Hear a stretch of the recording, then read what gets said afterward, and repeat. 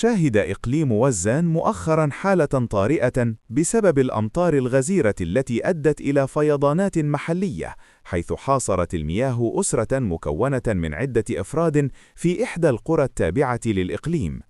استجابة لهذه الوضعية الطارئة، تدخل الدرك الملكي بسرعة وفعالية، حيث تم تفعيل وحدة التدخل الجوي لاستعمال الطائرات والمروحيات في عملية الإنقاذ، بهدف إجلاء الأسرة بأمان من المنطقة المغمورة بالمياه.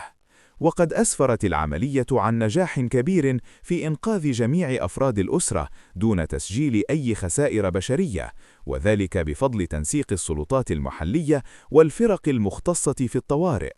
وتعتبر هذه العملية مثالاً حياً على الجاهزية والاستجابة السريعة لقوات الدرك الملكي في حالات الكوارث الطبيعية، خاصة الفيضانات الناتجة عن الأمطار الغزيرة والتقلبات الجوية.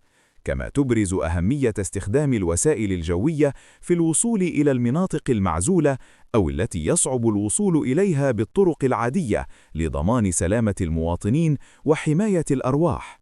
وقد أكدت السلطات المحلية أنه سيتم متابعة الوضع المائي بالمنطقة واتخاذ كل الإجراءات الوقائية لتفادي وقوع حوادث مشابهة في الأيام المقبلة، خصوصاً مع استمرار تساقط الأمطار في الشمال المغربي، بما في ذلك مناطق وزان، شفشاون وتطوان.